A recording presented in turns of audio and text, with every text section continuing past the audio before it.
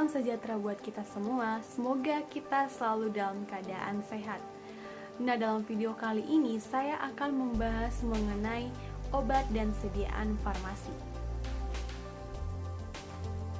Pertama-tama perlu kita ketahui bahwa obat merupakan senyawa yang digunakan untuk mencegah, mengobati, mendiagnosis penyakit, atau menimbulkan suatu kondisi tertentu. Adapun pengertian obat secara khusus yaitu obat jadi, obat baru, obat paten, obat asli, dan obat esensial.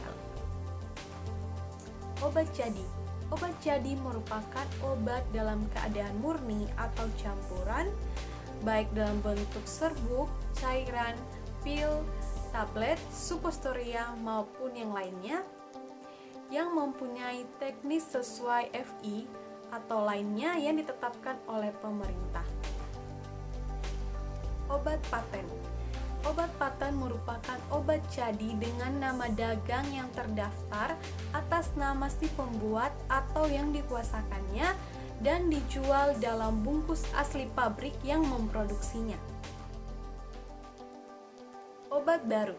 Obat baru merupakan obat yang terdiri atas zat yang berkhasiat maupun zat yang tidak berkhasiat, misalnya lapisan, pengisi, pembantu, pelarut, ataupun komponen lainnya yang tidak diketahui zat berkhasiatnya ataupun yang tidak diketahui kegunaannya. Obat asli. Obat asli merupakan obat yang didapat langsung dari bahan-bahan alamiah Indonesia, kemudian diolah secara sederhana atas dasar pengalaman dan dapat digunakan dalam pengobatan tradisional. Dan yang terakhir yaitu obat esensial, yang merupakan obat yang paling banyak dibutuhkan dalam pelayanan kesehatan masyarakat dan tercantum dalam daftar obat esensial yang ditetapkan oleh Menkes. Dalam pemasarannya, obat dapat dikelompokkan menjadi 3 bagian berdasarkan nama mereknya, yaitu yang pertama obat paten. Obat paten sesuai dengan namanya memiliki hak paten, di mana obat paten merupakan obat milik perusahaan tertentu dengan nama khas yang diberikan oleh produsennya dan dilindungi oleh hukum. Yang kedua, obat generik bermerek atau bernama dagang merupakan obat generik dengan nama dagang yang menggunakan nama milik produsen obat yang bersangkutan. Dan yang ketiga yaitu obat generik. Obat generik merupakan obat dengan nama resmi yang ditetapkan dalam Farmakope Indonesia atau buku standar lainnya untuk zat khasiat yang dikandungnya. Nah, mari kita mengenal satu persatu golongan obat yang akan saya jelaskan agar tidak disalahgunakan.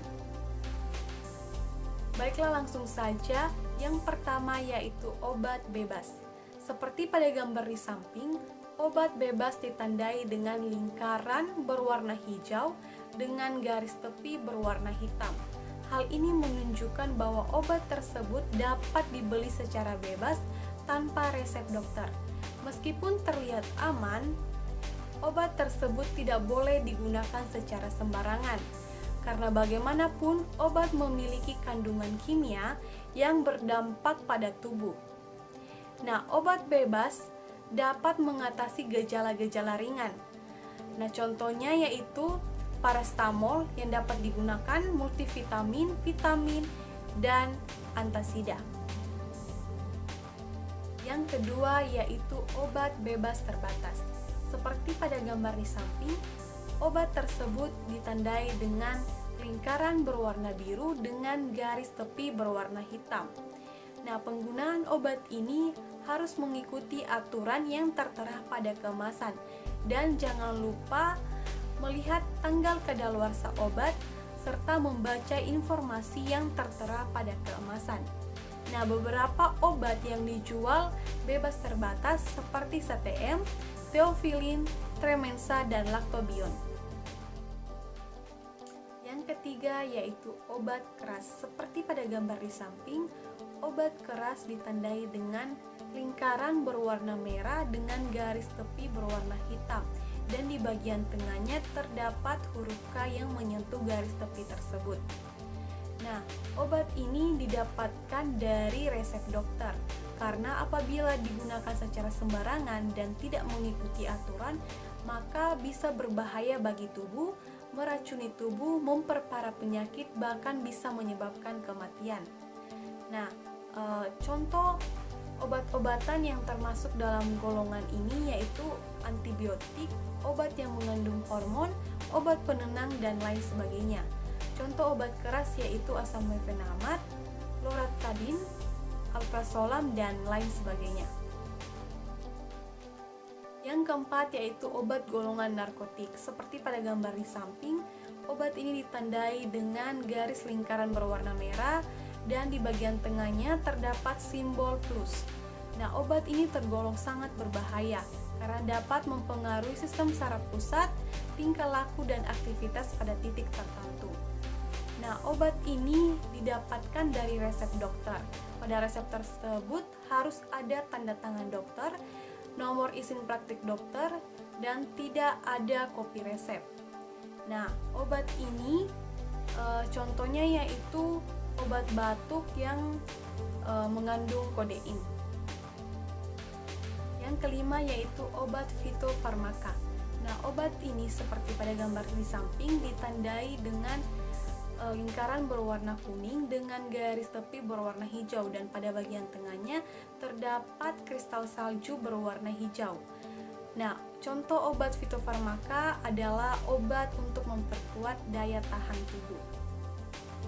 Yang keenam yaitu obat herbal terstandar atau disingkat OHT. Seperti pada gambar di samping, obat ini ditandai dengan lingkaran berwarna kuning dengan garis tepi berwarna hijau, dan pada bagian tengahnya terdapat 3 buah bintang.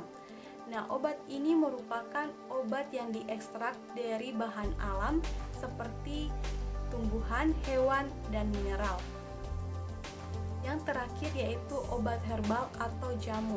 Seperti pada gambar di samping, obat ini ditandai dengan garis lingkaran berwarna hijau dan pada bagian tengahnya terdapat gambar tumbuhan atau pohon yang berwarna hijau.